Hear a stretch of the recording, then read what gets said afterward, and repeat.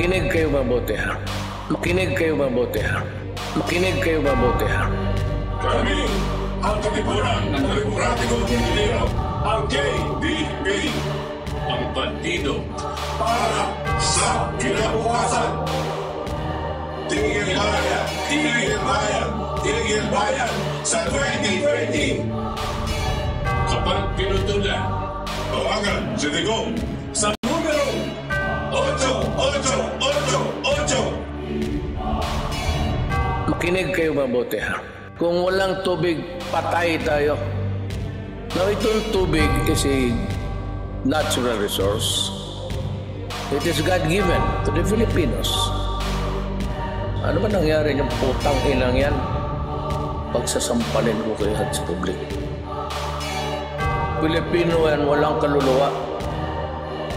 Yang Manila Water, pati Maynilad, kay Pangilinan, pati kay Ayala. Matagal na ito. Wala lang pumipiyak kasi nga takot sa pera ni Ayala, pati ni Pangilinan. Putang inan to. They are screwing us and they're screwing us all the way. Matagal na ito ang corruption na pinakamaya bilyon nandito sa itaas. Anak ka ng putang ina ninyo. So I want a rich guy who has been wallowing in its filthy house with all the mga tawag pa pala sa kanila sa bahay, senyorita, senyora, senyor, pahilas ng putang ina. Hoy, hindi na panahon ng katsila ang leche kayo. Do not fuck with me, my friend. Ilang taon na kayo nagbayad ng water treatment ang putang ina niya. Hanggang ngayon, mabaho pa rin yung lumalabas doon sa Manila Bay. Leche kayo. Walang water treatment. Sige kayo, Cobra. Anong tingin ninyo sa amin? I could establish a prima facie case. Then I will file plunder. Ang plunder, Padre, Mr. Ayala, Nobel yan. Gusto ko makita na milyonaryo na makulong. Putang ina, do not fuck with me. Putang ina, do not fuck with me. Putang ina, do not fuck with me. I will order the armed forces to operate your order. Kasi, sundalo. Take over kayo. Ikulong, yan ang nararapat sa oligarko. Ibalikan ninakaw nilang dapat sa mga tao. Tigil bayad simula merong 1-20-20. Pag pinutulan ka, sumbong mo lang kay Duterte. Yung pisong halaga, ang inyong naibulsa. Patong-patong na kaso ngayon ang nakakasa. Ilang taong na mayagpag sa laki ng tinatamasa. Nakahiga sa salapi sa pagmumulang umaasa sa botahe na nagpahirap sa mga Pilipino. Walang mga konsensya tuloy sa pamimerwisyo. Kung di pa na-opposite, kung di pa pansinin. Lalabas ka totoang ipiit ang salarin. Pag-abos lamang, dapat lang na matigil. Kayo ang nagkasala, dapat kayo ang masingil. Dating yung patawa-tawa dito na magwawakas. Babagsak kayong lahat, tasarehas sumilhimas. Tigil bayan, sigaw ng Pilipino, taong bayan. Mga oligarko dapat lang na maparusahan. Tigil bayan, ang tubig na galing sa kalikasan. Sabay-sabay tayong lahat. Tigil bayan, sigaw ng Pilipino, taong bayan. Mga oligarko dapat lang na maparusahan. Tigil bayan, ang tubig na galing sa kalikasan. Sabay-sabay tayong lahat. Tigil bayan. Binulgar na ng Pangulo natin si Digong. Ang katiwalian ng mga oligarkong pugon. Tangin siya lang ang ating pag-asa na tutugon dito sa mga madugos na dapat nang makulong. Mga walang iya kayo, mga walang pusot yahaman. Inaabuso kahinaan ng mamamayan. Asan ang pinapangako nyo ng magandang serbisyo? Pinako nyo na nga, ginawa nyo bang negosyo? Paglabi na, kaya dapat lang matigil na ang kasakiman nyo na ugat ng problema. Ang tubig ay buhay, yan ang inyong tandaan. Ngunit itong oligarko ginawa pang kabuhayan. Kaya ikaw na nakikinig nito sa mga mandarambong, huwag ka nang magpauto. Imulat mo ang iyong mata, buksan mo ang isipan mo. Huwag na huwag kang matatakot, si Digong kakampi mo. Tigil bayan, sigaw ng Pilipino, taong bayan. Mga oligarko dapat lang na maparusahan. Tigil bayan, ang tubig na galing sa kalikasan. Sabay-sabay tayong lahat. Tigil bayan, sigaw ng Pilipino, taong bayan. Mga oligarko dapat lang na maparusahan. Tigil bayan, ang tubig na galing sa kalikasan. Sabay-sabay tayong lahat. Tigil bayan, sigaw ng Pilipino, taong bayan. Mga oligarko dapat lang na maparusahan. Tigil bayan, ang tubig na galing sa kalikasan, sabay-sabay tayong lahat. Tigil bayan, tigil bayan, sigaw ng Pilipino taong bayan. Mga oligarko dapat lang na maparusahan. Tigil bayan, ang tubig na galing sa kalikasan, sabay-sabay tayong lahat. Tigil bayan. Habulin ko talaga kayo. Habulin ko talaga kayo. Yayariin ko talaga kayo. Yayariin ko talaga kayo. Yayariin ko talaga kayo. Tigil bayan! Tigil bayan! Tigil bayan! Sa 2020! Kapag pinutulan, tawagan si Digong sa numerong 8888.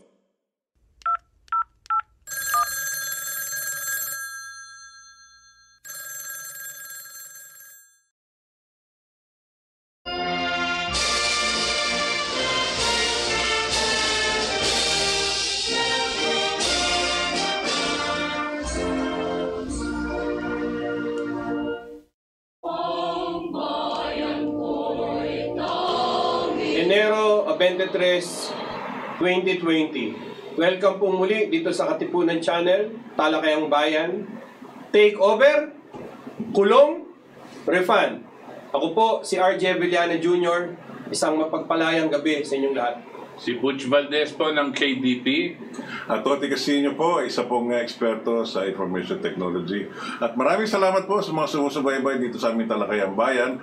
At inyong mga komento, kay may natuto at nagagalak na nagkakaisa tayo at naunawaan ninyo po ang ating pangangailangan at aming dinadaing.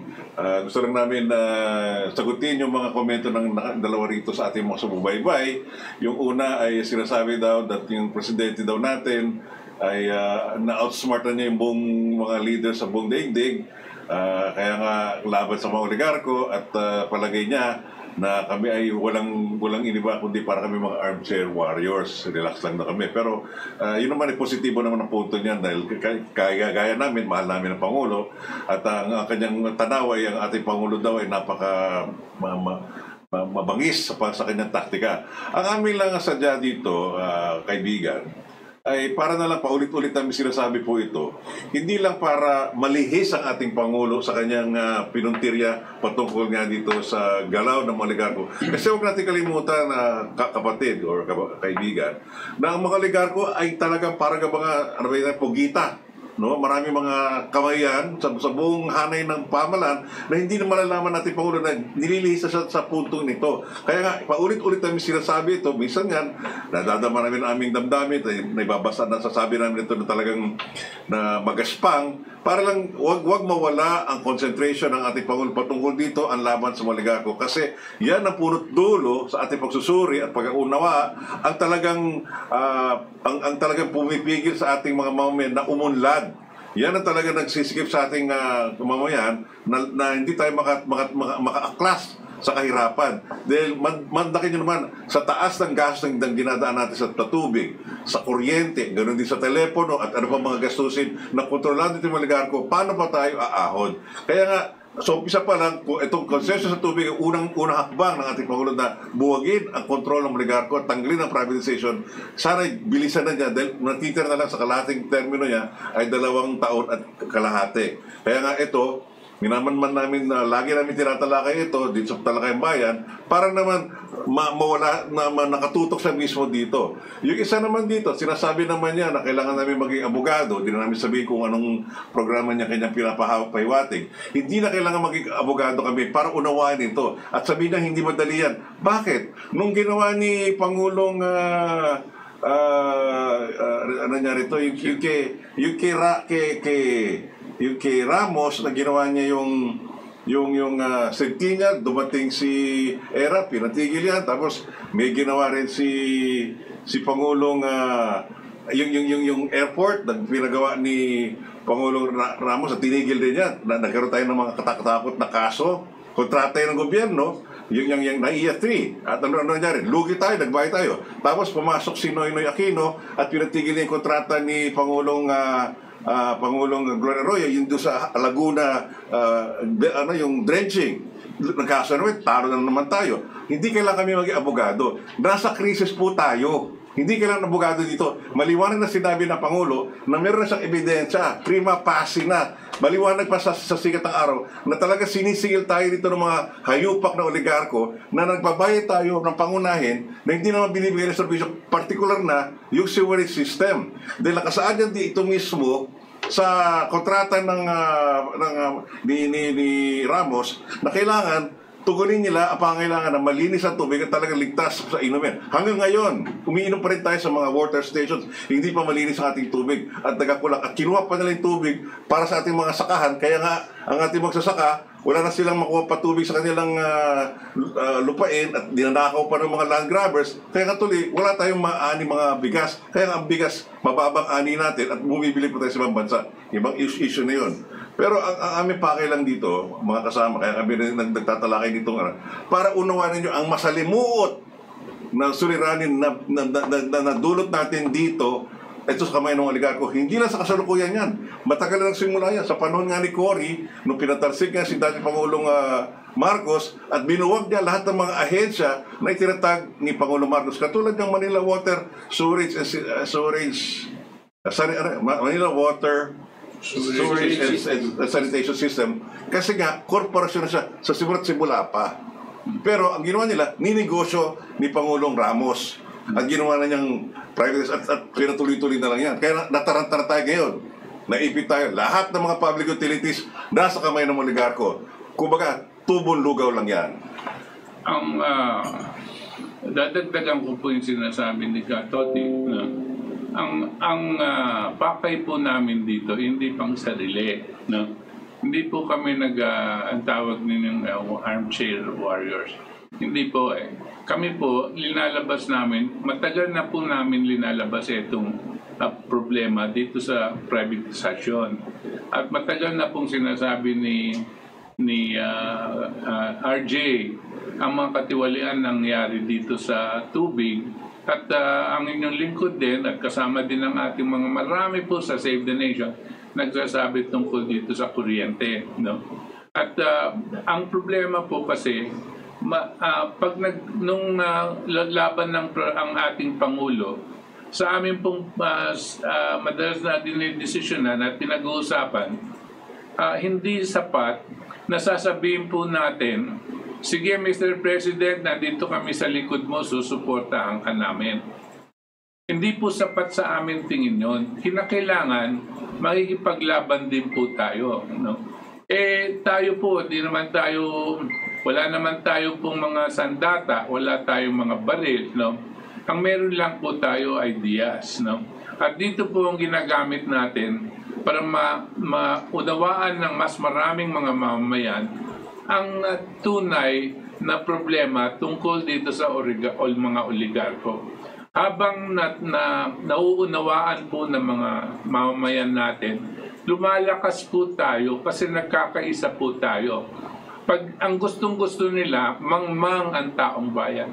Hindi nyo po ba nanonotice na itong mga mainstream media, ang mga may pag-aari dyan ng mga oligarko, tahimik tungkol dito sa mga issue tungkol sa tubig at kuryente. Bakit po? Kasi ayaw nilang makatulog sa pagpapaunawa sa mamamayang Pilipino kung ano ang ginagawa ng mga amo nila. No? Tayo po, dito sa ating Katipunan Channel, bagamat hindi tayo ganitong mainstream media, nakakaabot po tayo sa ating mga mamamayan. Yan ang importanteng kinakailangan gawin natin. Huwag tayong magsisi. Kasi naniniwala kami na kung hindi na itutulak ito ni Presidente Duterte, malamang sa kangkungan po ang punta ng ating bansa at kasama na rin po tayong lahat at ang darating na henerasyon.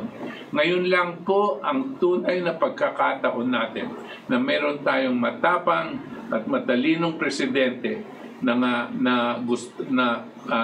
nakahandang ipaglaban ng ating kapakanan. Tayo dapat ay kaakibat niya dito sa paglalaban na ito. This is what we are here for. Isa pa, kanya po sinasabi namin ideas. Sa aming pong palagay, ang mga kapaligid ng ating Pangulo ay hindi pareho ang kanilang pag-uunawa sa sitwasyon at hindi rin pareho ang kanilang kagustuhan. Si Presidente Duterte gusto niyang makatulong sa lahat ng mamamayang Pilipino. Gusto niyang iahon sa kahirapan ang lahat ng mamamayang Pilipino. Pero yung mga ibang miyembro niya sa kabinete, sa kanilang pagsasalita, sa kanilang pagkagagawa, at malamang sa kanilang pag-advise sa Presidente, ay taliwas dito. Ngayon, dahil kaibigan sila ng ating Presidente, kaklase sila nung bata, o kasama sila sa law school o sa Davao, naunawaan din natin na baka nahihirapan ng Presidente tumaliwas dito sa kanilang advice. Pinagbibigyan niya. Ang problema po, habang pinapagbigyan niya itong mga advisors niya, no, ay baka po lalong nahihirapan ng taong bayan. Kanya po pumupunta tayo dito sa sitwasyon na ito. Tayo naman, tigatulak sa ating mahal na Pangulo na huwag niyang kalilimutan na ang kapakanan ng mamamayang Pilipino ay siyang dapat nangunguna sa lahat. No? Hindi po interes ng oligarko, hindi po interes ng kanyang mga miyembro sa kabinete, hindi po talaga pansarili lang, pero para sa kapakanan ng taong bayan. This is what we are here for, to remind him and to remind all of our countrymen that this is what is important. Ito naman nagsasabing may legal process daw talaga yan. Meron talagang legal process. Alam nyo po, si President Estrada, nung sinampahan siya ng plunder, bago po siya nalitis sa Sandigan Bayan, kinulong siya. Kinuha siya doon sa kanyang bahay. At ikinulong agad. At habang inaano yung kanyang kaso, nakakulong po si President Estrada. Ito po, mas grabe po ito dahil prima facie ito. Ano bang ibig sabihin ng prima facie? Tumanggap na po ang mga oligarko ng 20 taon nilang tinatanggap ito. Siguro hindi bababa sa 500 billion pesos ang natanggap na nila. Tumanggap na po sila at hindi nila pwedeng ipagkailayan. Talagang tinanggap nila at wala silang ibinigay na sewerage system. Ngayon, dito, ito yung prima facie. Anong ibig sabihin? Lantad na yan. That is fact. No? Hindi na pwedeng anuhin yan. Ngayon, dahil dito, ang sinasabi nga ng Presidente, syndicated estafa to. At itong syndicated estafa, ikulong mo, walang bail. Hindi ka pwedeng magpiyansa dyan. Kanya sabi natin, ano pang pinapag-usapan natin proseso? Huwag na po tayong mag-usap ng mga proseso-proseso dahil mismong si Presidente Duterte, kaya niyang ihabla itong mga ito dahil sa kanilang mga ginawa. Siya mismo, tandaan niyo po, si President Corazon Aquino, siya mismo, hinabla niya si Louis Beltran. Nung sinabi ni Louis Beltran sa kanyang kolom na nagtago si Corazon Aquino sa ilalim nung kama niya nung nagpuputukan sa labas ng Malacanang. Dahil dito, ihinabla ni Corazon Aquino sitting president. She was a sitting president. Hinabla niya si Louis Beltran. O bakit hindi pwedeng ihabla ni Pangulong Duterte etong mga oligarkong to na mas grabe pa ang kanilang kasalanan? Prima facie. Hindi na kailangan ng mga Harry Roque yan. Hindi na kailangan. Si mismong Duterte na ang kailangan maghablak. Pwede rin. Anong proseso ang pinag-uusapan nito mga ibang abogado dyan? No? kasi gusto nila siguro magpa-importante, dadaan sa proseso. Magpasikat. You know, one of the most, every institution in the government now is laden with corruption. And the judicial system is also full of corruption. Bayaran lahat yan. Gusto nyo ba idadaan pa natin dyan para mabayaran ng oligarko yung mga prosecutors at mga ano? Gusto nyo pa bang gawin yon? Ba't pa tayo magsusugal dyan? Mr. President, baka naman dahil sa dami mong advisor, ilinilihis ka sa kaya mong gawin. Yung instinct nyo, yung inyong likas na katalinuhan, no? Ang kaya nyo nang gawin ang kinakailangan nyo gawin. At kami nandito para kaakibat nyo po, no? Maski nataliwas dito sa inyong mga kabinete ang sinasabi namin, pakinggan nyo po. Dahil sa palagay ko, marami tayong mamamayang Pilipino ay sasang-ayon dito po sa sinasabi namin.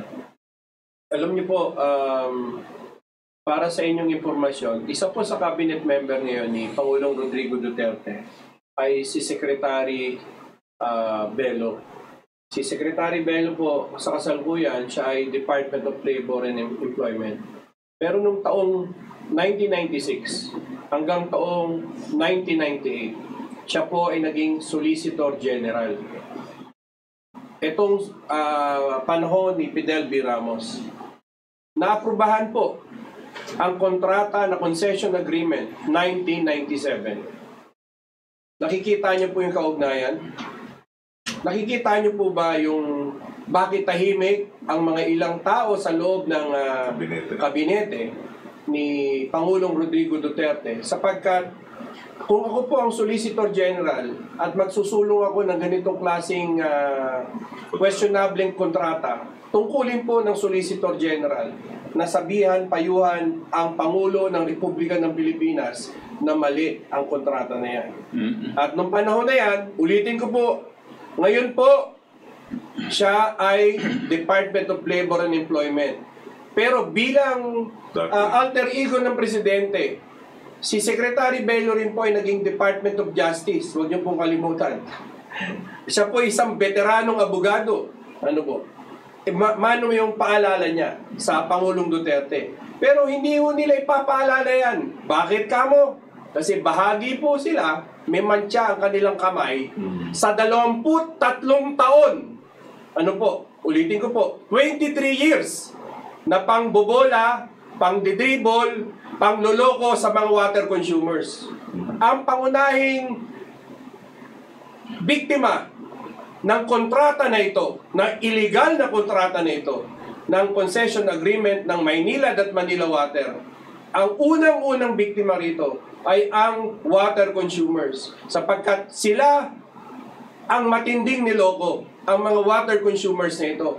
Hindi bababa sa 20 milyong Pilipino na gumagamit po ng tubig na ito, na kung saan ang tubig na binabanggit natin ay nilikha rin po yan mula sa buwis ng taong bayan para makagawa ng mga dambuhalang dam tulad ng nandyan sa Angat, ano po, na nagsusupply ng kabuuang tubig, ano po, halos kabuuang tubig, 94% o 97% ng buong supply halos ng tubig sa ng Maynilad at Manila Water.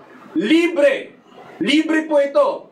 Siningil sa water siningil sa ating mga nagbabayad ng buwis, tinayo yung dam, ano po, nilagyan lamang ng metro ng Maynila at Manila Water, siningil na sa atin.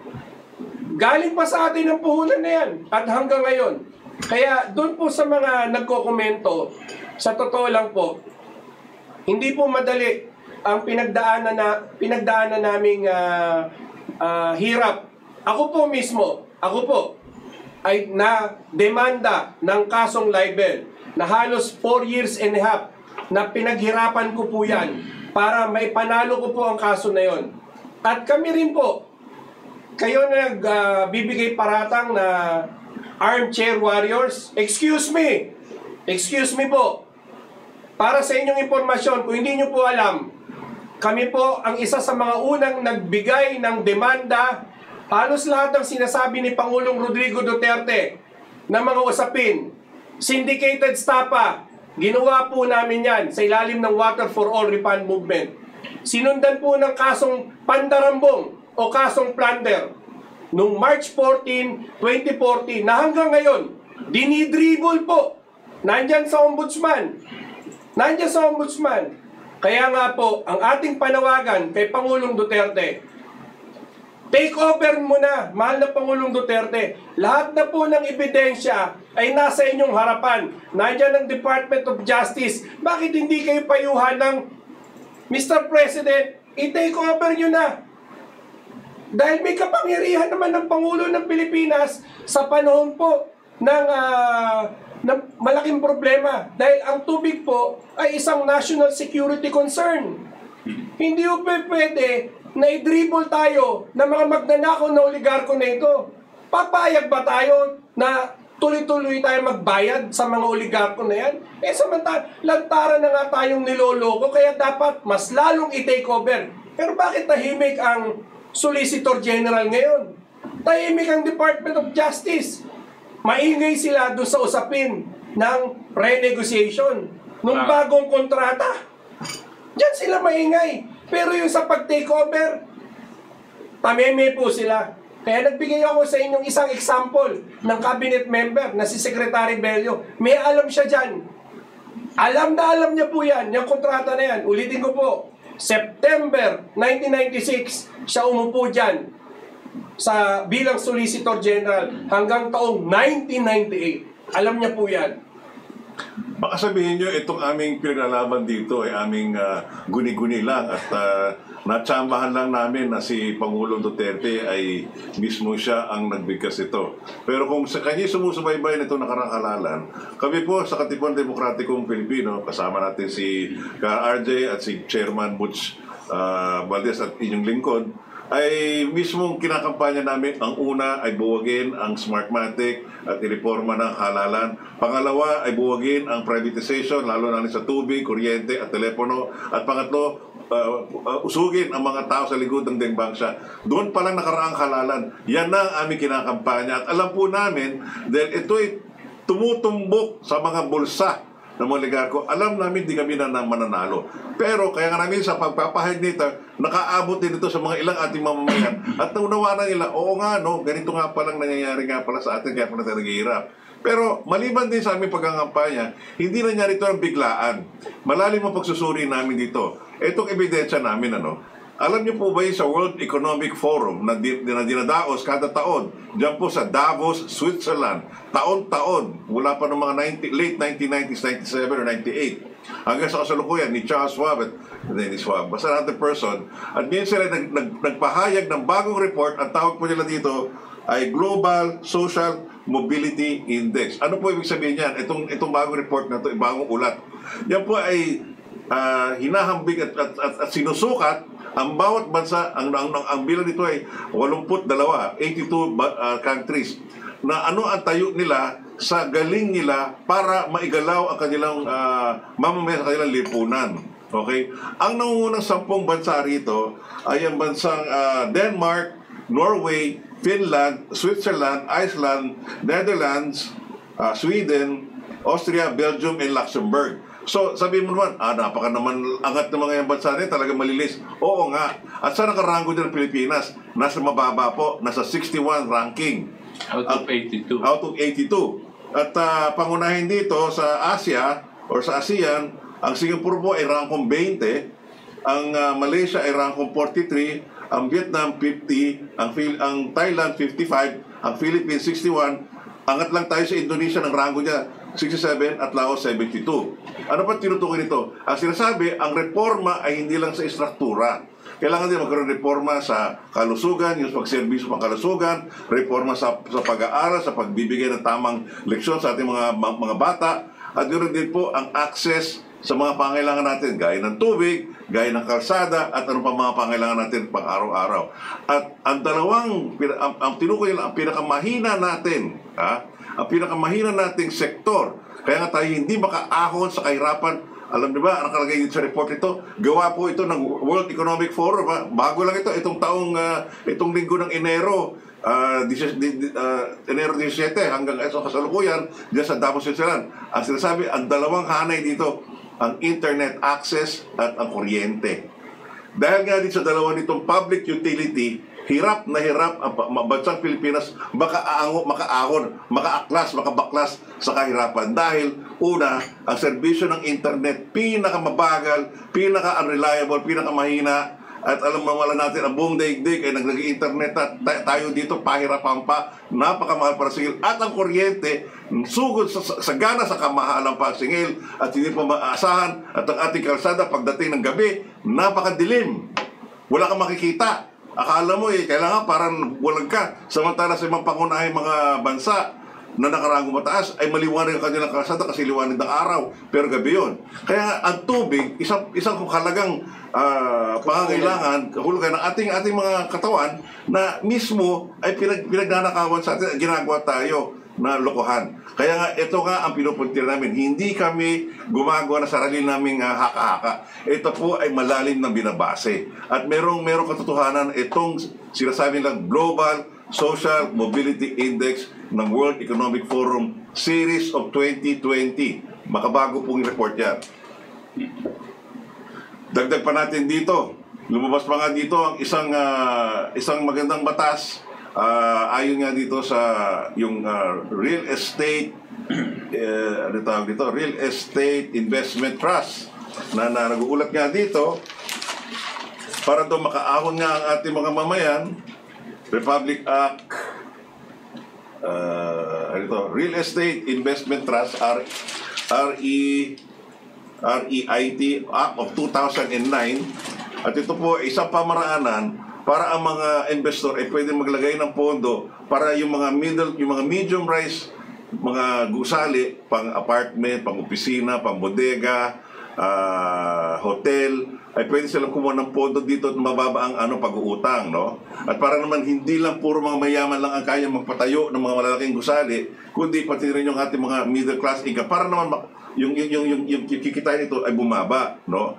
At sabi nila, nakaabag na ang unang ang invest dito si Ayala. Kaya lang, ang nakakatawa naman dito, si Ayala, bagamat isa sa pangunahing mga developers sa lupa, ganoon din ang mga bilyar, hindi makaahon. At bakit?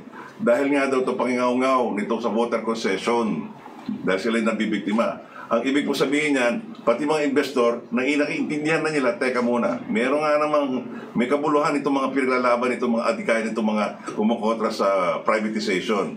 Tingnan natin kung anong gagawin itong napamalaan ng ating Pangulo at kung talagang aayusin at nililinis ito. Reforma ang kailangan ito at re-reformahin kailangan itong privatization. Wala na tayong panahon. Ngayon na kailangan natin gawin ito. Alam niyo po yung nakaraan administrasyon. Si Noynoy Aquino ay lumalabas sa paglabas niya sa bansa natin at nag-aakit siya ng mga investor dito. Ang sinasabi niya, mag-invest kayo sa kuryente sa Pilipinas at sa tubig. Dahil dito, napakataas ng kikitain ninyo. No? Siyempre, itong mga foreign investors, tinitignan nila kung bakit nga ganyan. Nakikita ng iba na ganitong kanilang kontrata at kumikita nga naman ng malaki itong mga ito, no? At hindi naman nararamdaman ng mga foreign investors ang impact sa Pilipino. Hindi din ipkikwento ni Noynoy at mga ibang mga nakaraan na rehimen na yung ginawa nila is against national interest, national security. Yung kanilang kontrata ay null and void from the very beginning. Hindi alam itong mga detailing ito. Basta ang sasabihin lang ni Noynoy at yung nakaraan na rehimen ay sasabihin na maganda ang kita dito, tubong lugaw dito. So you come to the Philippines as foreign investors. This is what was happening. Ang ibig sabihin, gagatasan namin ang Pilipino para sa inyo. No? Just so that you can say that there is foreign investment in the Philippines. Ito po ang ginagawang krimen ng mga nakaraan na krimen. ito po rin ang hindi gustong gawin ng ating Pangulo sa mamamayang Pilipino. Pero, yung mga economic advisors niya, yung mga nandyan sa finance, sa NEDA, sa energy at mga iba pang lugar na sa kabinete, yun pa rin ang gusto nilang gawin. Pagkaisahan nila ang mamamayang Pilipino. Sa kanilang alam nyo po, dito sa mga ekonomistang to, ano yan it's an ideology. Alam nila, pag nagpahirapan mo ng pahirapan ang mamamayang Pilipino, okay lang dahil tataas din ang GDP. Dahil mataas ang kita nila, mataas ang kita sa tubig, sa kuryente, at itong mga oligarko, yung GDP na sinasabi nila sa statistika ng economic performance ay tataas. Pero ang nangyayari po dyan, mas marami pong mamamatay dahil sa kahirapan. Wala silang pakialam dyan. Hindi nila tinitignan nila yan sa GDP statistics nila. They don't look at that. They only want to see the GDP that they can tell IMF and tell foreign investors that this is how good the country is doing, even if many of our people are dying and suffering. Ito pong gagawin natin. Ito pong sinasabi natin takeover. Magbabaligtad po ang sitwasyon. Pag nag-takeover po ang gobyerno sa tubig at sa kuryente at sa iba pang mga public utilities, kaya po ng gobyerno ibabaan ang halaga ng sisingilin po sa atin. More than 50% mabababaan nila yan. Mantakin nyo po kung anong ibig sabihin nito. Para mo na rin bibigyan ng pera ang mamamayang Pilipino. Para mo na rin bibigyan sila ng aumento dahil ang kita nila mas malaki ang nasa-save nila. At they will have now the purchasing power to buy more goods. If they have more purchasing power to buy more goods, it will positively affect businesses. Dahil mga businessmen, magkakaroon sila ng parang panibagong surge sa market. Kikita yung mga businesses. Dahil bumaba ang kuryente at tubig. Dahil bumaba ang kuryente at tubig, yun mga foreign investors na gustong magtayo ng mga pangangalakal dito, mga factories dito, gustong makipag-joint venture, siya na rin ang papasok dito. Why? Because the basic cost of power and water, which is the most important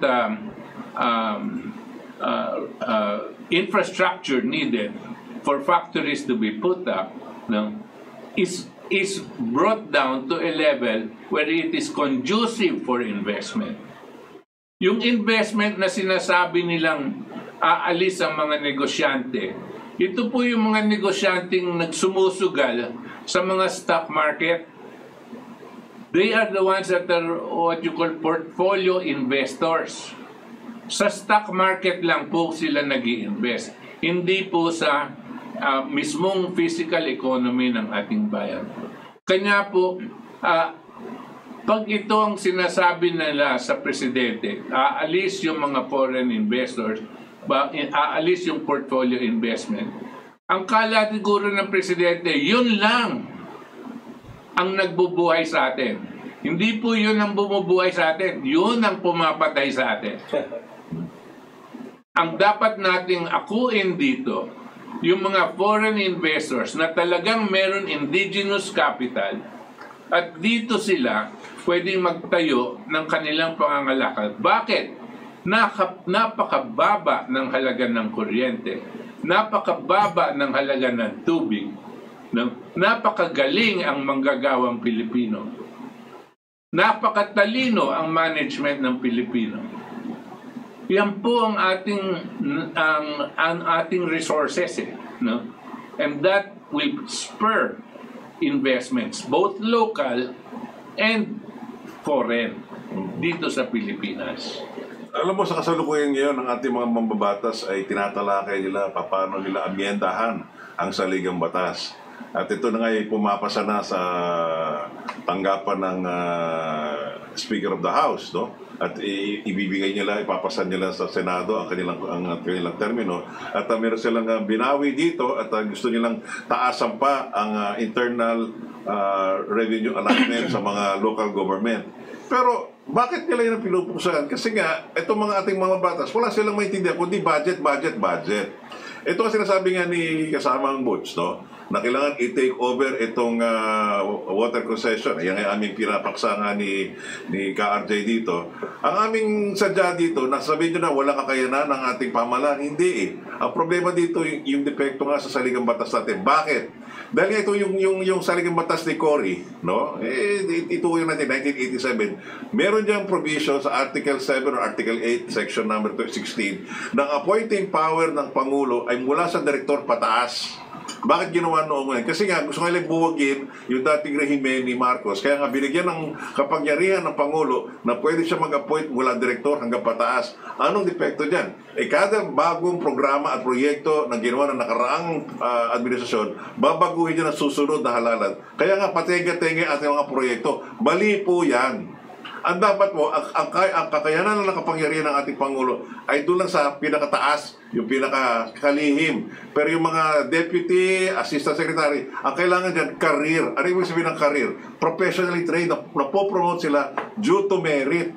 Pag yung mga tao na yan, mula sa mga sa bababa, at sila yung napopromote at alam nila yung kanilang kakayanan at kagalingan sa kanilang serbisyo, kaya nilang patakbuhin ang itong mga ahensya. Hindi tayo kukulangin ng mga manggagawa dyan sa mga hanay ng ating pamahalaan para maging maayos at maging kumpiyansa, maging competent o episyente itong mga tanggapan nito. Kaya nga, hindi nga ito mahirap isipin, hindi komplikado. Ang gagawin mo na dyan, amyendahan lang itong provincial batas na ang kakayanan ng kapangyarihan ng ating Pangulo para mag-appoint hanggang kalihim lang, hanggang secretary. Period. Wala nang iba. Papababa. Hayaan mo na itong mga profession, itong mga career and civil service sila ma-promote dahil sa kakayanan nila, sa kagalingan nila, sa performance. No? Yun lang. Common sense lang po yan. Hindi na kailangan ng rocket science. Hindi na kailangan abogado. Kailangan lang marunong ka na mag-isip. Practical.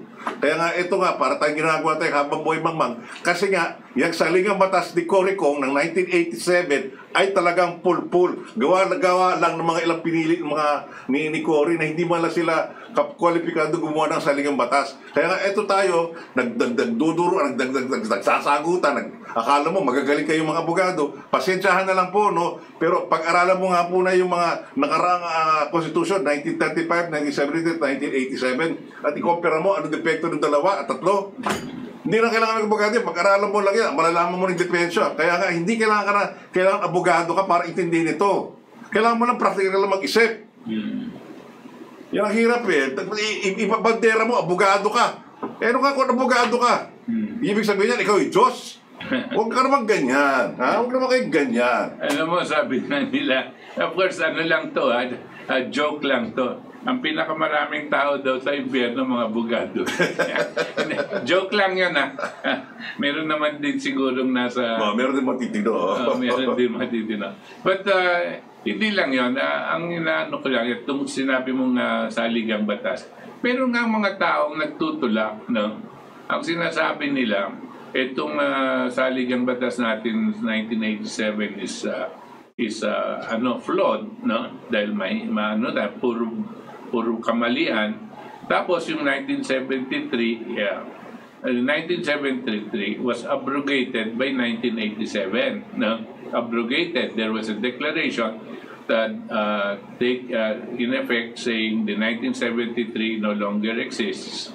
Tapos they pushed the 1987. Tapos yung 1973 Constitution natin, sinabi din natin doon, bago natin we will abrogate the 1935. Kaya na itinulak na yung 1973. Pero nung itinulak nila yung 1935, hindi daw nila in-abrogate yung 1899. Yung Malolos Convention. Yung Malolos Constitution natin. So therefore, the only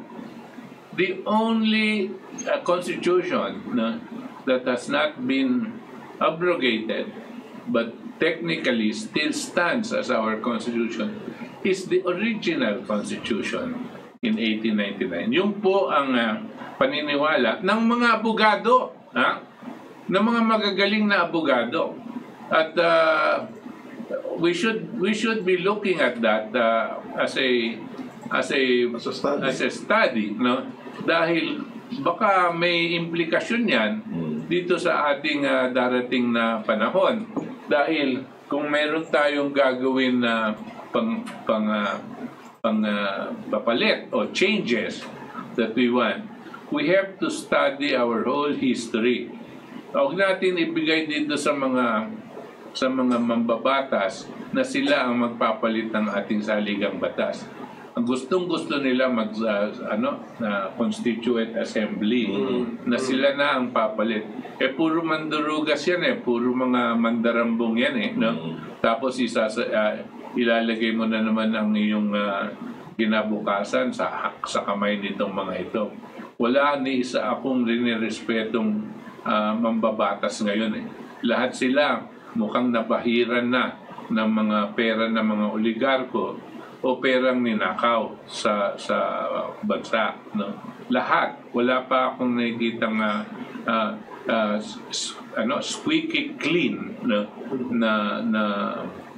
na abogado. Dahil nahalal sila dahil Smartmatic ang gamit mula pa noong 2010, 2013, 2016 at ito 2019. Buti na lang ito si Pangulong Duterte, sa dami talaga ng support sa kanya. Kahit anong dayang gawin mo, hindi kayang babain ang kanyang boto. Yes. Kaya nga, maski sabihin nila, paano nakalusot si Digong? Sa tingin nyo, hindi siya dinaya.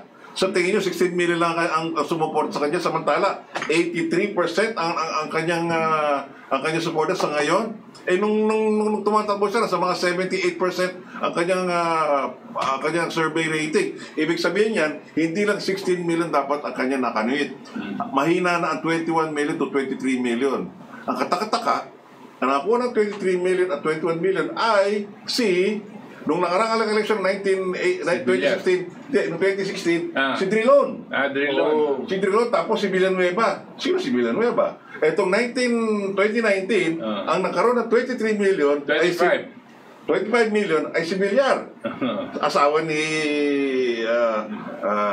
Manny Villar. At yung pangalawa ay si Grace Poe. 23 million. 23 million. Ngayon, asan itong mga to? Kilala ba sila ng taong bayan? Sila ba sinuportahan? Samantalang ating Pangulo ay 16 million lang. Kaya nga kayo, kung sa tingin nyo dahil Smartmatic, ganyan-ganyan lang, talaga sa totoo lang, mandaraya ako, mandaraya yung Smartmatic na yan. Meron lang po ako gusto isingit. Total, napag-usapan po yung election. 2022 po. Parating na presidential election at pagtatapos na po nung kontrata ng concession agreement. Dahil hanggang 2022 yan. So ang tanong, sino mga posibleng pwedeng tumakbong presidente? Siyempre yung Villar. Po? Alam nyo naman yung Villar. Prime water po yan. No, oligarko. Iti-take over ba ng mga Villar para sa gobyerno? O iti-take over nila para sa kanilang sariling negosyo? Kaya mahal na Pangulong Duterte, 83% ang iyong popularidad ngayon. Now is the time for you to take over these water facilities. Tama po yan. Now is the time. Kaya nagtataka po ako Nagtataka po ako, Mr. President. Now na this. Ano ba bakit pa hetot-hetot tayo? Diba, panay na nga ang mura mo. Panay na nga ang kung ano. Lahat na siguro na klase ng mura. Nasabi mo na kay Ayala, kay Pangilinan, kay Consuni, gigil na gigil ka. Pero bakit yung pag-takeover, parang medyo, kung hindi ko matapos ang aking termino, kayong taong bayan, ay huwag niyong kalimutan ang issue na ito. Patay tayo dyan, Mr. President. 83% ka! Huwag kayong atras. Huwag kayong atras, o at least do not give the perception that you're backing out, Mr. President. We are here with you. Huwag nyo kaming iiwan dito. Wala naman dribulan, di ba? Wala naman dribulan. Di ba? Huwag mo kaming ipasa kay Harry Roque. Attorney Harry Roque. Excuse me, Mr. President, maulang galang po. Si Attorney Harry Roque po ay isang private citizen. Kapag siya'y naghabla, sa ngalan po, hindi sa ngalan ng gobyerno ng Pilipinas, sa ngalan ng kanyang sariling pangalan. Siya lang ang sisikat. Ano ba ito? Gagawin dahil gusto niyang tumakbo ngayong 2022? Ano ba talaga, Pangulong Duterte? Pangulong Duterte, diba? ang kaso po nito ay People of the Philippines versus Ayala, Pangilinan, Consuni, Cuyuto, etc., etc., etc. Saka, kung sila lang kasabwat dito, Maynila at Manila. Mr. President, People of the Philippines. Tingnan mo ang track record nitong Harry Roque nung siya'y nasa Kongreso. Di ba? Doon nga sa kanyang party list, nag-away pa sila eh. Ano ba ang kanyang posisyon dyan sa tubig nung panahon nang nandun siya sa House of Representatives? Tahimik naman siya doon sa issue na yun eh. Mabuti nga yung isang batang ali, ang pangalan ni Bernadette Herrera D. Ang liit-liit na congresswoman, pero ang tapang-tapang. Siya yung unang nag-privilege speech, kung hindi ako nagkakamali, 2010 o 2011. Ibigay naman natin yung credit kung sino talaga yung ano. Pero sasabihin mo, ikaw ang nanguna, excuse me, hindi po, Mr. President. Baka dinidribble ka rin nito. At huwag mo namang ipaubaya lang sa Department of Justice. Alam niyo po ba, nung huling yugto nitong Aquino administration, ang naging acting Department of Justice ay walang iba po kundi si Attorney Caper Caparas. Si Attorney Caper Caparas po, siya po ang Chief Legal ng Metropolitan Waterworks and Sewerage System at siya rin po ang naging head ng Regulatory Office. Siya rin po ang in charge doon sa arbitration sa Singapore. For your information, Department of Justice po yan. So hindi ko sinasabi na itong si Atty. Caparas at itong si Menardo Guevara, sekretary ngayon, hindi magkaibigan. Imposible pong hindi yun nag-dial a friend. Hindi yan kukonsulta yan. Panyero, nung panahon mong ikaw ay legal officer niya sa Deputy Administrator ka ng MWSS at yung ano ba hindi naman tayo pinanganak ng alam po natin yung mga nangyayaring ito, Mr. President. Handa kaming tumulong sa iyong administrasyon. Doon lamang sa tamang direksyon. Doon lamang sa tamang direksyon. Kaya nung December 3, 2019, nung nagsimula ka magsalita, ano po ang sabi ng Katipunan Demokratikong Pilipino? Game! Pinalakpakan ka namin. Game kami. Mr. President. Laban! Pero, nung January 4, January 8, sabi mo, take it or leave it. Bigla nagulat ng taong bayan, may bagong kontrata. Akala po namin void ab initio. Kung void ab initio yan, take over na natin. Take over na natin. May prima facie evidence na nga eh. At bago pa yung usapin takeover, may sinabi pa kayo, Mr. President, kulong. Sabi niyo kulong, bakit? No bail pa yan. Ilang beses, ito lang, nung nakarang linggo lang, sinabi mo na naman, no bail, Mr. President. Ineko rin ito ni Harry Roque, di ba? Sinabi rin niya yan. Sinabi rin ni Panelo yan. Pero Mr. President, tama na po ang salita. Ikulong nyo na. Ayaw namin ng politika, papolitika lang yung mga trapo. Huwag naman tayo magpapogi-pogi lang. Kung talaga meron kayong yagballs, kung meron kayong may bayag, itupad mo na yung sinabi mo. Ikulong nyo na. Tapos kunin mo yung ninakaw sa atin, At pag hindi nila mabayaran, i-sequester nyo na lahat ng kanilang pag-aari na para umabot doon sa kanilang utang sa bayan. Ganyan po yan. Sino mga kasama na dapat ikulong ng mga oligarko? Sila rin. Noynoy Aquino. Sino ba si Noynoy? Di ba? Nanay niya si Cory Aquino. Yeah. Si Cory Aquino, after EDSA, 122 government-owned and controlled corporation, halagang $2 billion, ibinenta. Binenta. Binenta, $2 billion. 122 corporations. Yun ang ginawa niya. Okay. Sino pa po? Gloria Macapagal-Arroyo.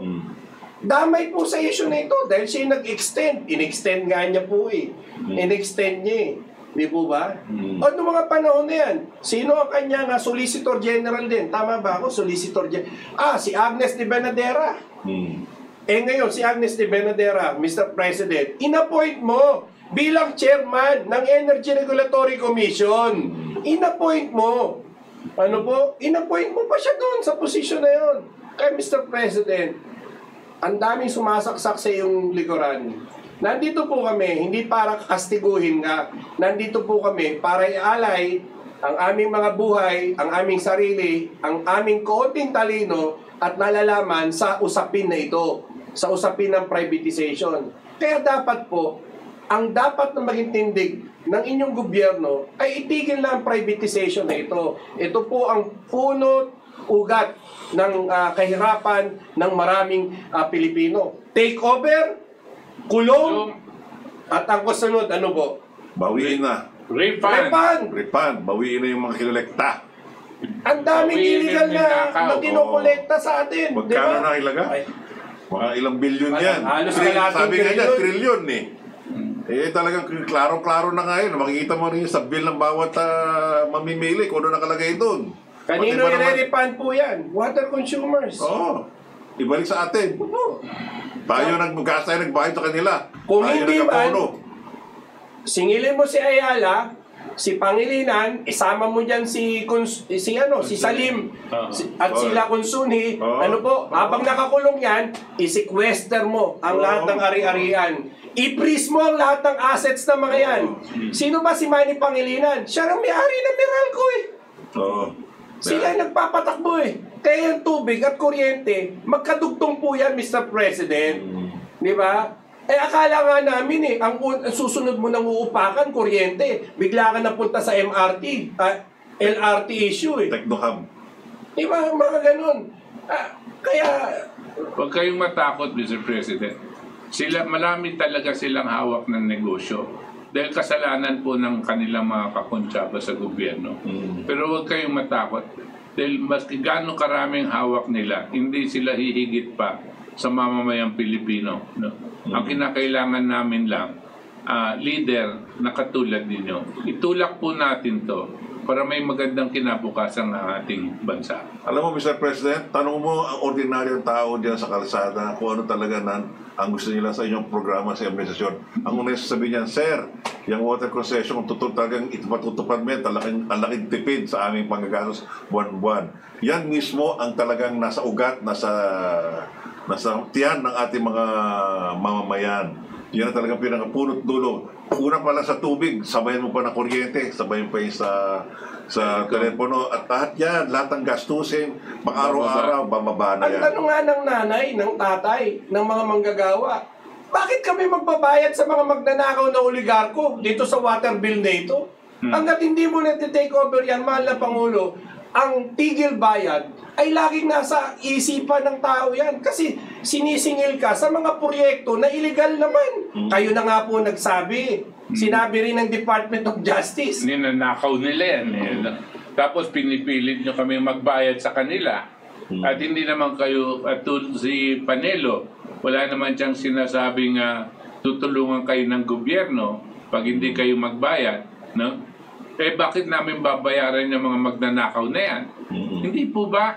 Take over na, Mr. President! Ikulong mo na! Ikulong mo na this. Diba? Kulong mo na At this. yung weapon, kahit dulo na po yan. Ang mahalaga, take over! Kulong! Baba mo yung presyo. Habang nakakulong yan, magkaroon ng complete audit o commission on audit, pasok ka. Di ba? Mula 1997 hanggang year 2020, January. Ayan po. Napakadali pong pirmahan yan, Mr. President. Bakit ba ang tagal pirmahan? No? Pinapayuhan ka ba ng Department of Justice sa wag pirmahan yan? Magnegosasyon na lang tayo. No? Ng 6 months, 6 na buwan. Hindi nga ako alam ng water consumers ano ba laman niyang bagong kontrata Nakonsulta niyo ba mga water consumers, Department of Justice Guevara? Hindi po, Mr. President, wala po. Kahit MWSS ngayon, wala ko silang public consultation sa issue na ito dahil kasabwat yung mga yan, yung mga nakaupo na yan hanggang ngayon, kasabwat sila. Alam mo, Mr. President, yung mga 1 milyong manggagawa na nagtatrabaho sa iyong build, yung mga karpintero, mga mason, mga nagwe-welding dyan sa mga ginagawa mong infrastruktura, ay sila mismo ay nakikinabang dito sa itong pagbabago nito. Pag yan talaga ipinatupad mo, mismo ang laking tulong yan sa 1 milyong katao na gumagawa ng iyong mga kalsada, gumagawa ng mga tulay, sila gumagawa ng mga kuno ng mga build mo. Huwag mo naman sila suklian na sila mabibigo. Sila ay mismo mga manggagawa na para matupad yung pangarap para sa bansang Pilipinas. Huwag mo naman silang suklian na isang pinangako mo na talagang ipakukulong mo, pero babawiin mo naman. Huwag naman ganyan. Kasi marami sa amin umaasa sa iyo na tuparin mo ang iyong sinasabi. Mr. President, kami po ay nasa likod nyo. 10 ng mga ilang milyong katao, ilang milyong mga mamimili umaasa sa inyo, sa iyong talagang katangian na talaga ipatutupad mo itong iyong hangarin. Kaya nga, take over, kulong, refund. Okay. Tayo, matatapos tayo pero hindi pa natin mabasa yung sige, babasahin muna natin yung mga sumusubaybay. Okay, from Maureen Molina, good evening, watching from Singapore. Maraming salamat, Maureen. Rodolfo Jen, what is the update regarding your meeting with President Duterte? Wala pa, inaabangan pa rin namin. Asahan nyo, magbabalita nyo kung natupad o hindi. From Lingling Gonzales, hello mga sirs, maraming salamat din po. Hi, ma'am. Minda Alos, Malabo, good evening po, Sir RJ, Sir Butch, and Sir Tony, mabuhay po, and God bless, Etiponeros. From Crime Bastre, hello po sa inyo, Sir Senator Butch Valdez, Sir RJ, Toti, watching from Thailand, mabuhay po kayo, gising na po tayo bayan, huwag po lalo ko sa mga ko. Lingling Gonzales, takot ang mamamayan na putulan ng tubig, pero sinabi nga ni Pangulo, pag pinutulan yan, mali yan. Falling rain, ang mga mainstream media ay sandata ng mga oligarko, totoo po yan. At ang kanilang batayan sa pag-uulat ay pag-showbiz, hindi sila para sa taong bayan. Totoo rin yan. Lingling Gonzales, di talaga kailangan ng abogado. Magkaisa lang tayo dahil tayo naman ang apektado. But everyone is scared na maputulan ng tubig. Your rights are butch. These bastards are there isang araw, hangin laman, sisingilin sa atin yan mamaya. Okay, huwag naman. From Johanna Tulier, good evening po mga KDP, Sir RJ Avellana, Sir Butch, and Professor Toti. Finally, and catch up ko din ang live telecast ninyo po. Interesting po talaga. Dinidiscuss ninyo po. Watching from Switzerland. Wow, Johanna, okay. We're with you, no? Johanna, dito nga po ng meeting conference sa Davos, Switzerland, iba dito ang countries nakalibot na po many times doon. Kaya nga, ito ang binabay namin sa'yo. Napaka-current nga nito. Nandiyan po sa mismo sa gitna ng World Economic Forum. Beatrice from Saludo.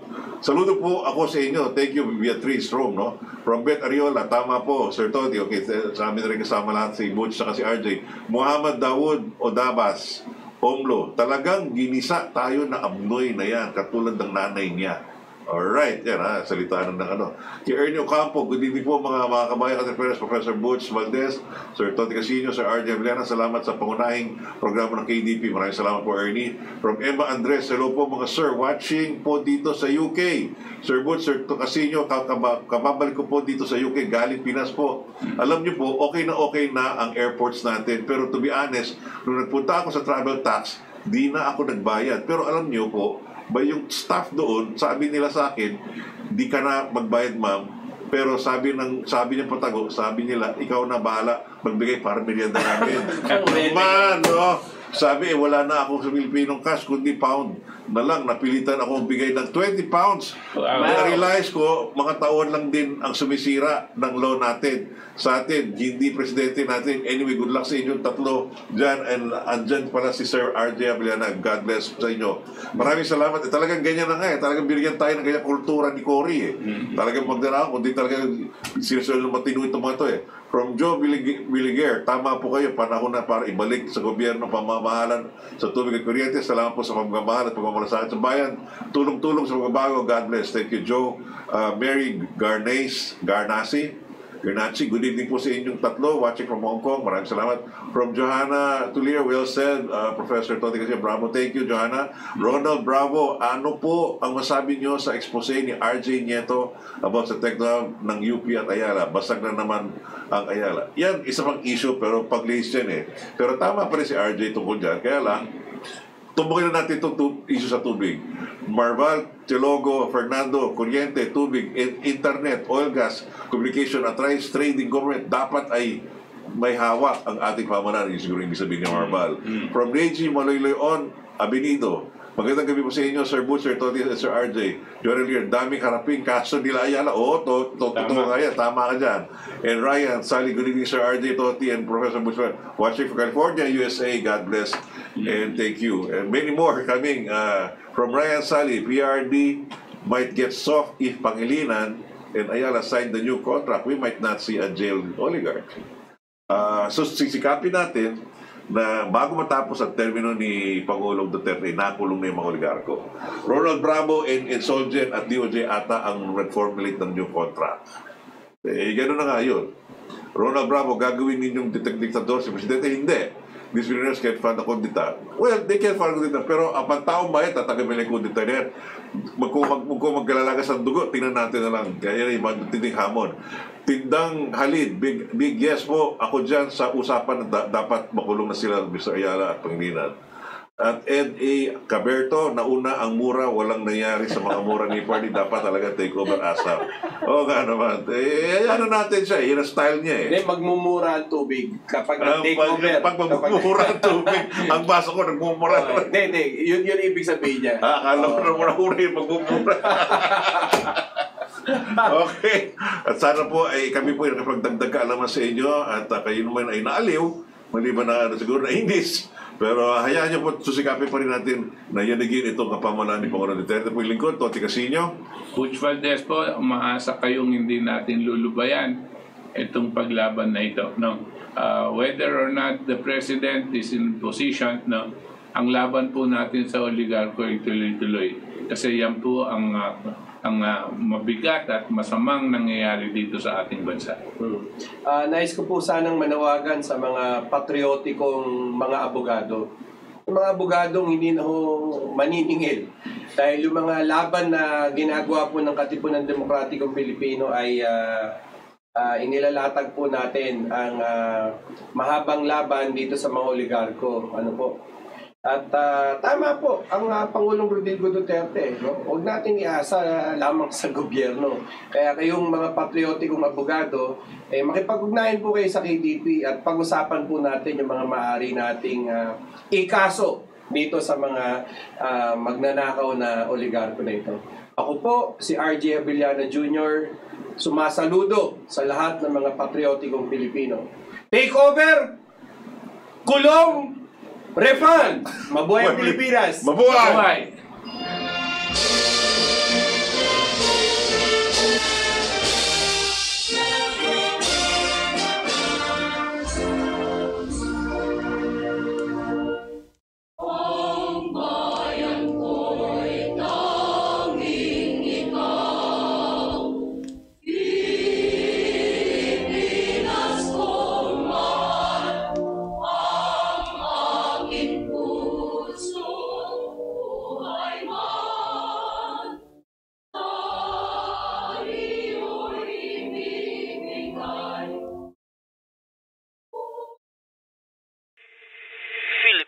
Underground artist.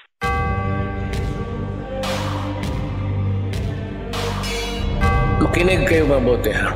Makinig kayo mabuti ha. Makinig kayo mabuti ha. Kami ang Katipunan ng Demokratikong Pilipino, ang KDP, ang partido para sa kinabukasan. Tigil bayan, tigil bayan, tigil bayan sa 2020. Kapag pinutulan, tawagan si Digong sa numero 8888. Makinig kayo mabuti ha. Kung walang tubig, patay tayo. Now, itong tubig is a natural resource. It is God-given to the Filipinos. Ano ba nangyari yung putang inang yan? Pagsasampalin ko kayo sa publiko. Pilipino yan, walang kaluluwa. Yang Manila Water, pati Maynilad, kay Pangilinan, pati kay Ayala. Matagal na ito, wala lang pumipiyak kasi nga takot sa pera ni Ayala, pati ni Pangilinan. Putang inan to. They are screwing us, and they're screwing us all the way. Matagal na ito ang corruption na pinakamaya bilyon nandito sa itaas. Anak ka ng putang ina ninyo. So I want a rich guy who has been wallowing in its filthy house with all the mga tawag pa pala sa kanila sa bahay, senyorita, senyora, senyor, kahilas ng putang ina. Hoy, hindi na panahon ng katsila ang leche kayo. Do not fuck with me, my friend. Ilang taon na kayo nagbayad ng water treatment ang putang ina niya. Hanggang ngayon, mabaho pa rin yung lumalabas doon sa Manila Bay. Leche kayo. Walang water treatment. Sige kayo, Cobra. Anong tingin ninyo sa amin? I could establish a prima facie case. Then I will file plunder. Ang plunder, Padre, Mr. Ayala, Nobel yan. Gusto ko makita na milyonaryo na makulong. Utang ina, do not fuck with me. Utang ina, do not fuck with me. Utang ina, do not fuck with me. I will order the armed forces to operate your order. Kasi, sundalo, take over kayo.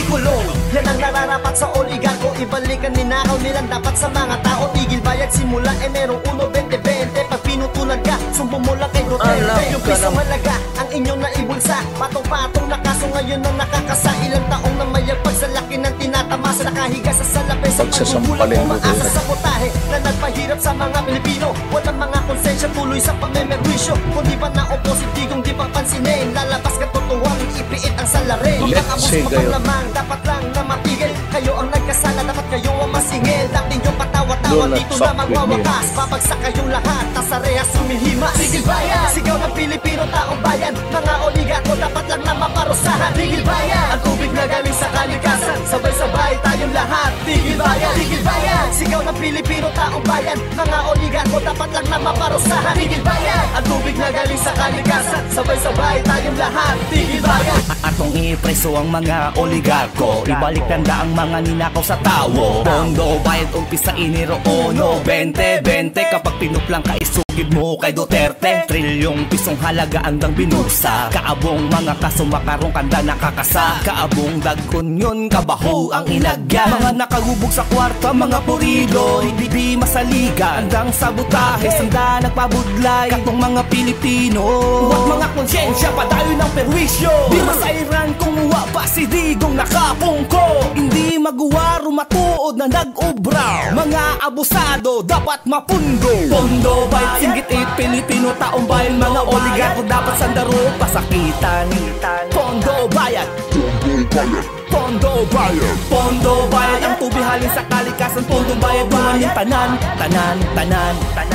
Pondo bayad, pondo bayad. Ikulong maunang bagay sa oligaryo nga tanan. Ibalik ang gikawat para sa mga katawan. Kulong ang pabayad sugod Enero 2020. Kung ikaw putulan nila sumbong kay Duterte. Yung pisong kantidad imbis ihatag gibulsa. Patong-patong nga sala karon ang nakakasada ko ang gita masaan sa paglingkod pila katuig gahigda sa salapi. Sa kadugay nga pagsalig sa butahing nagpakabudlay sa mga Pilipino. Walay konsensya gipadayon sa ato pagpurisyo. Huwag kapungko si Digong di na nila mapansin. Muguwas ka matauran gipiit ang salarin. Mga abusado nga labaw dapat mahunong malagot. Kamu na ang nakasala dapat kamu ang masukot. Dati sige mo katawa mauning katapusan. Sariya sige himas kay nabagsak mong tanan. Hunong bayad, syagit sa Pilipino taong bayan. Mga oligarko ay dapat lang masilutan. Hunong bayad, ang tubig nagikan sa kalikasan. Magdungan tang tanan. Hunong bayad, hunong bayad, syagit sa Pilipino taong bayan. Mga oligarko ay dapat lang masilutan. Hunong bayad, ang tubig nagikan sa kalikasan. Magdungan tang tanan. Hunong bayad.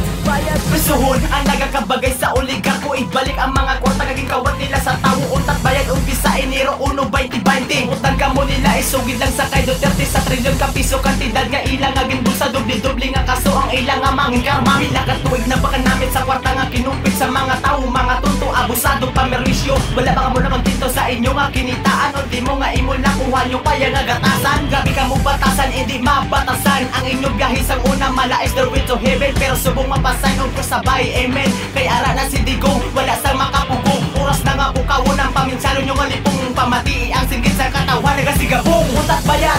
ang Pilipino nga katawan. Untat bayad mga oligarko dapat nahatulan. Untat bayad ang tubig nga halin sa kalikasan. Lululungan kita tanan isinggit ka untat bayad. I will arrest all of you. Philippine underground artist.